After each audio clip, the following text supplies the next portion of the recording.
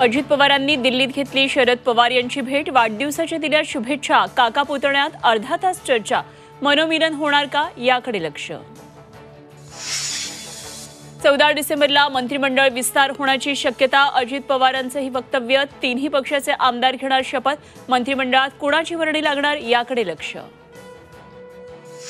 खाते वाटपात भाजपची सरशी। सूत्रांची माहिती। गृह आणि अर्थ खातं भाजपकडेच राहणार असल्याची विश्वसनीय सूत्रांची माहिती।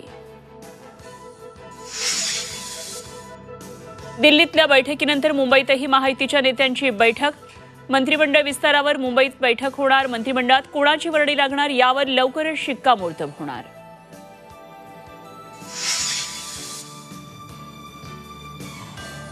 नंदुरबारच्या नवापूर तालुक्यातल्या चिंचपाड्यात शासकीय आदिवासी वसतिगृहातील मुलींना विषबाधा।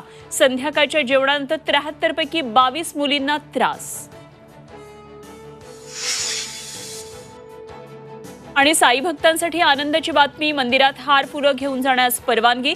कोरोनामुळे हार फुलं घेऊन जाण्यास घातली होती बंदी।